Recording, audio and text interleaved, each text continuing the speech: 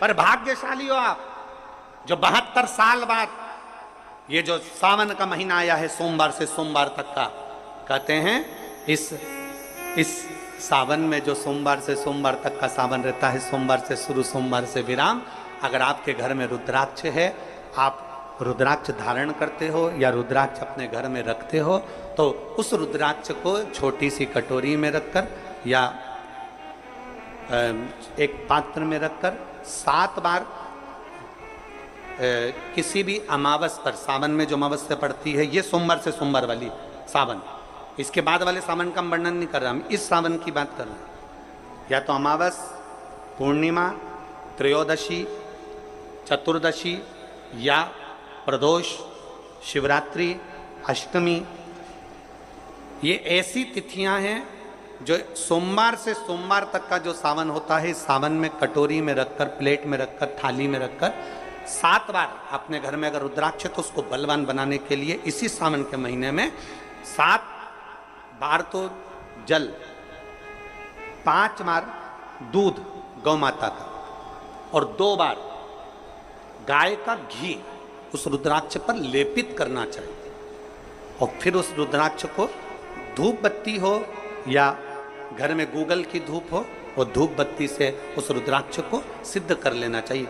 कुछ नहीं आता ना, शिव का नाम लो, श्री शिवाय नमस्तुभ्यम बोलो और उस रुद्राक्ष का स्पर्श कर कर अपने गले में धारण करते हो तो गले में, पूजन में रखते हो तो पूजन में, या किसी कार्य सिद्धि के लिए रखते हो तो कार्य सिद्धि के लिए। अगर ये सोमवार से चालू होने वाले सावन को, सोमवार से विराम होने वाले सावन में अगर हम सिद्ध कर लेते हैं तो वो रुद्राक्ष हमारे जीवन का सबसे श्रेष्ठ रुद्राक्ष हो जाता है,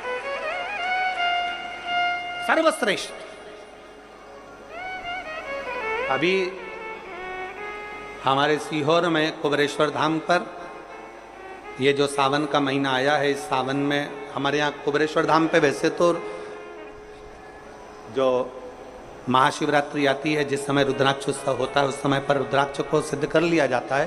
पर जो सावन ये आया है, इस सावन में हमारे यहाँ प्रतिदिन बाबा के रुद्राक्ष को सिद्ध करते हैं। प्रतिदिन नियम है रुद्राक्ष पर जल चढ़ाना, दूध चढ़ाना, घृत लगाना और बाबा के रुद्राक्ष, क्योंकि इतने भक्त आते हैं उनके लिए वो रुद्राक्ष सिद्ध होता है।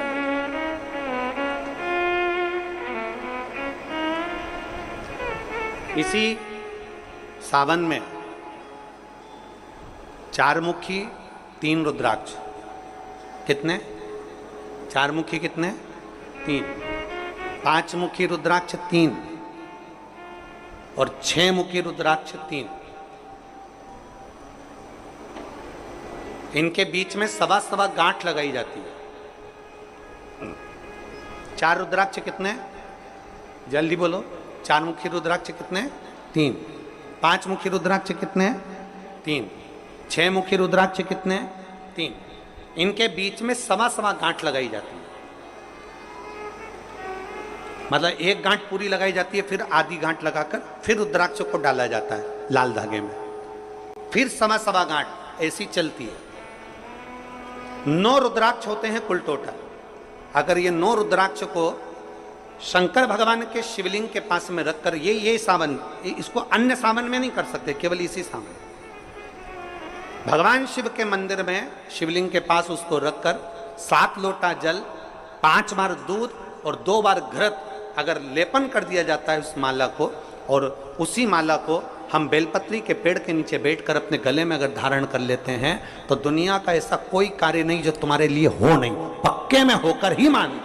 उस रुद्राक्ष का इतना महत्व, ये तुम जो सहज में सुन रहे हो ना, हम फिर कहेंगे दया सिंह, जो हम फिर दया सिंह जी को धन्यवाद देंगे कि ये जो सावन के महीने की कथा लिए दया सिंह जी, ये साधारण नहीं है। दुनिया के लोग भले इसको सहजता में रख लें। 27 जुलाई 1953 में ये सावन आया था, उसके बाद 2024 में ये सावन आया। लोग तरसते हैं इस सावन के लिए कि इसमें हमें रुद्राक्ष को सिद्ध करना है, हमें इसमें बेलपत्र का पान करना है, इसमें हम जो मांगेंगे हमारा बाबा कृपा करने के लिए तत्पर रहता है। ये वो रुद्राक्ष का आनंद पाते हैं। मैं धन्यवाद देता हूं दया सिंह जी आपको बहुत बहुत, और पूरी समिति को।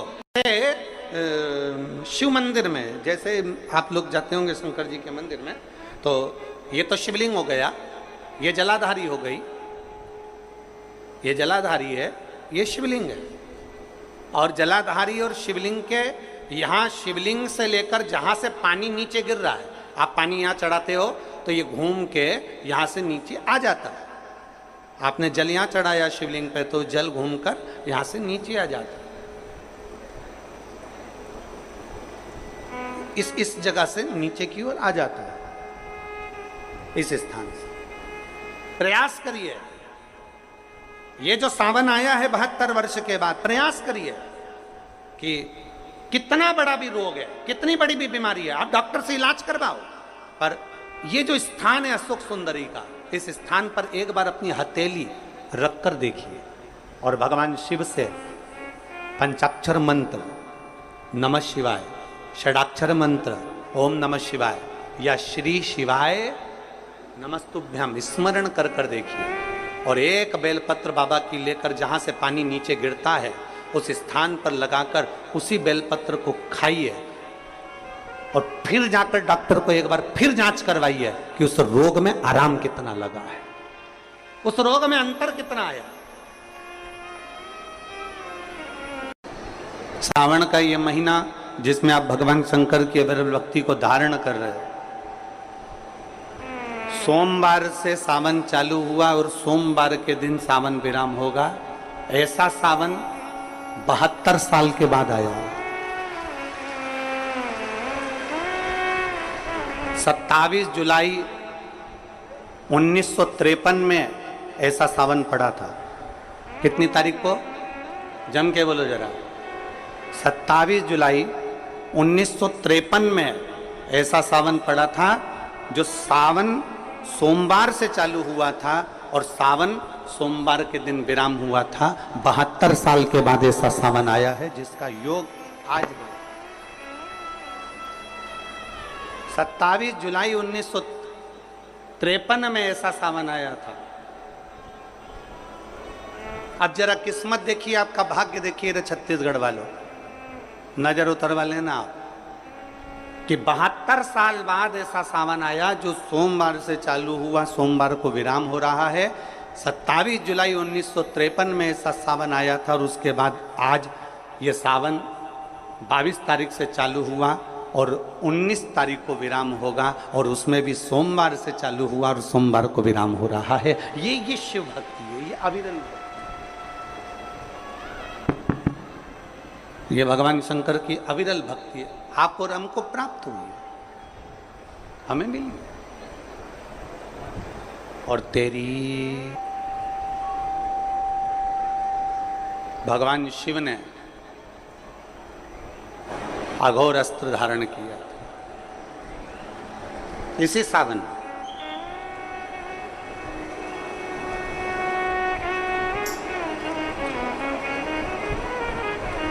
एक त्रिपुरासुर असुर हो गया, 3 पुरियों का निर्माण कर कर वो निवास कर रहा।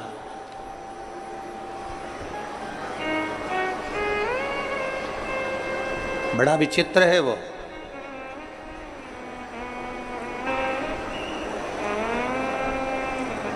बहुत सावन आते हैं, सारे सावन आते हैं। हर वर्ष सावन का महीना आता है, हर वर्ष श्रावण का सोमवार भी आता है, हर वर्ष प्रदोष भी आती है, हर वर्ष शिवरात्रि भी आती है सावन की, हर वर्ष अष्टमी भी आती है, छठ भी आती है, सब तिथियां आती हैं।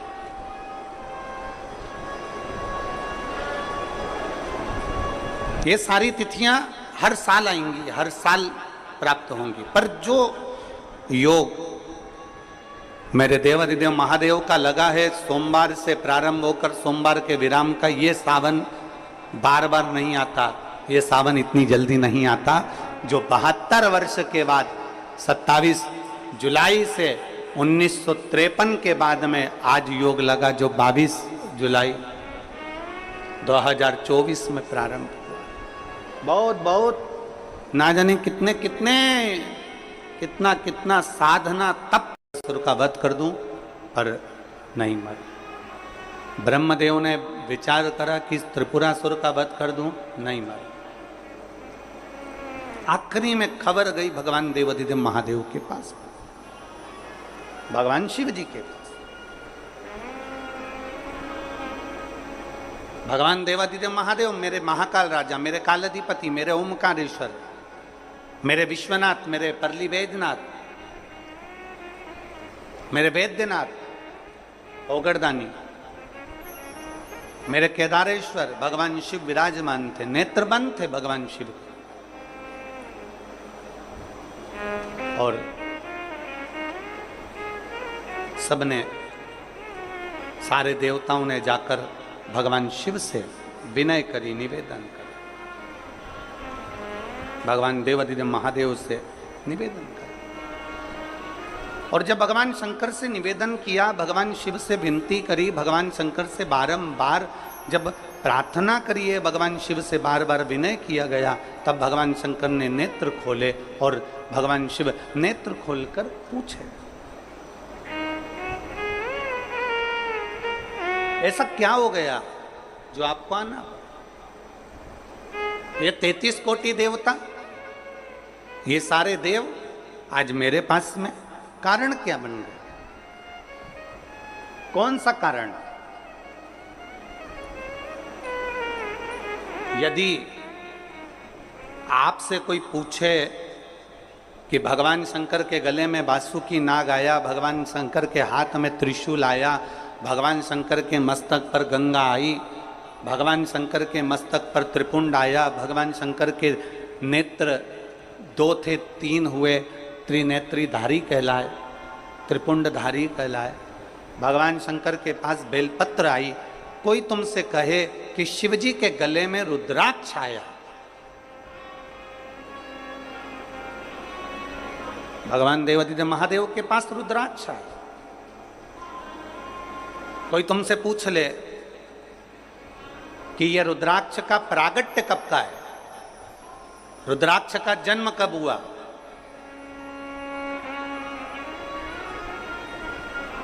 रुद्राक्ष प्रकट कब किया गया,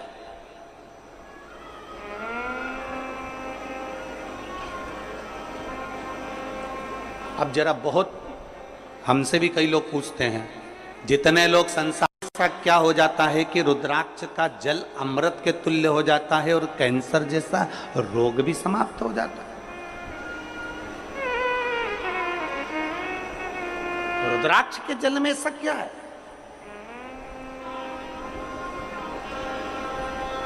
एक माँ ने पत्र में लिखा है कि कैसे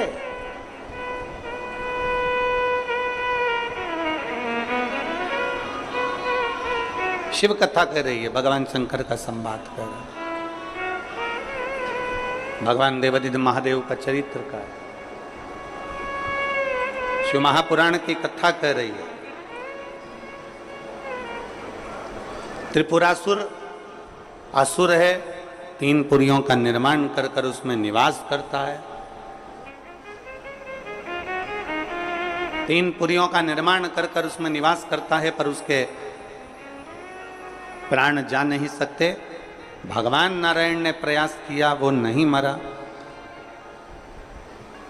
प्राण नहीं छूटे। भगवान शंकर के ब्रह्म मुरारी, सबसे बड़ा तप और दुनिया का सबसे बड़ा आभूषण मौन रहना, ये दुनिया का सबसे बड़ा तप और सबसे बड़ा आभूषण है।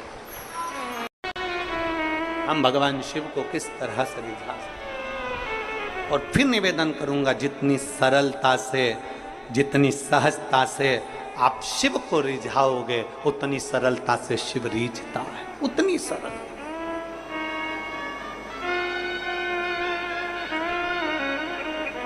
आप जितने भाव से भगवान शंकर को रिझाने का प्रयास करोगे, वो उतने भाव से दीजिएगा, उतने भाव। जरा विचार करिए, स्त्री की पूजन आप ऑनलाइन करेंगे, आप और हम सब आस्था चैनल के माध्यम से, फेसबुक यूट्यूब के माध्यम से ठीक शाम को 7 बजे 2 अगस्त को बैठेंगे और ऑनलाइन सब अपने अपने घर से पूजन करेंगे, भगवान शिव की आराधना करेंगे। आप और हम सब मिलकर भगवान शंकर से एक साथ प्रार्थना करेंगे, एक साथ। और जब हम बाबा को रिझाएंगे, और ये सोमवार से सोमवार तक के सावन के महीने एक साथ, और जब हम बाबा को रिझाएंगे, और ये सोमवार से सोमवार तक के सावन के महीने में 2 अगस्त को तो हम शिवरात्रि मनाएंगे, 17 अगस्त को सीहोर की कांवड़ भी बाबा की कृपा से सुबह 9 बजे भरेंगे। प्रदोष के दिन एक विश्वास के साथ शिव को रिझा, एक भरोसे के साथ भगवान शंकर, एक रुद्राक्ष में होता है। सबका बल एक रुद्राक्ष के अंदर होता है।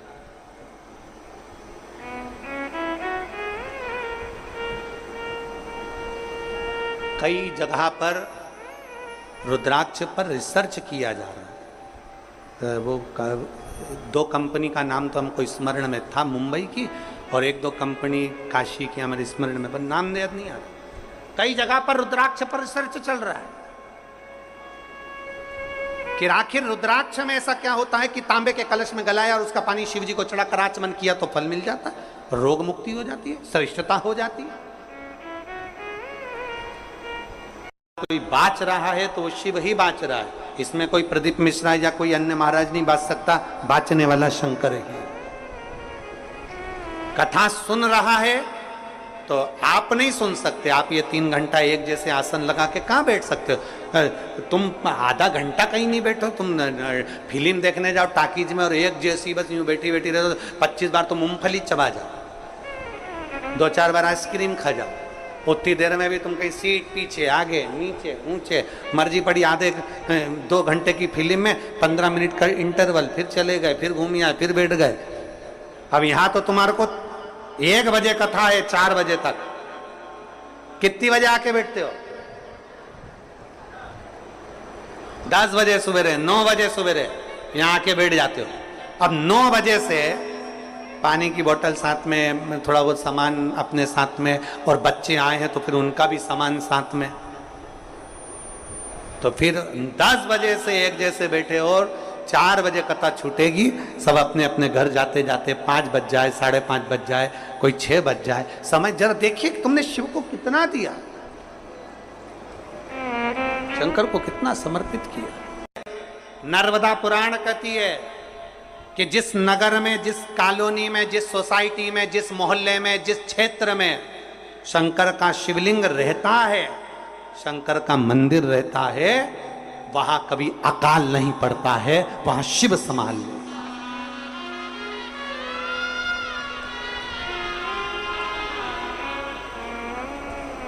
वहां शिव संभाल, वहां वो गढ़दानी संभाल।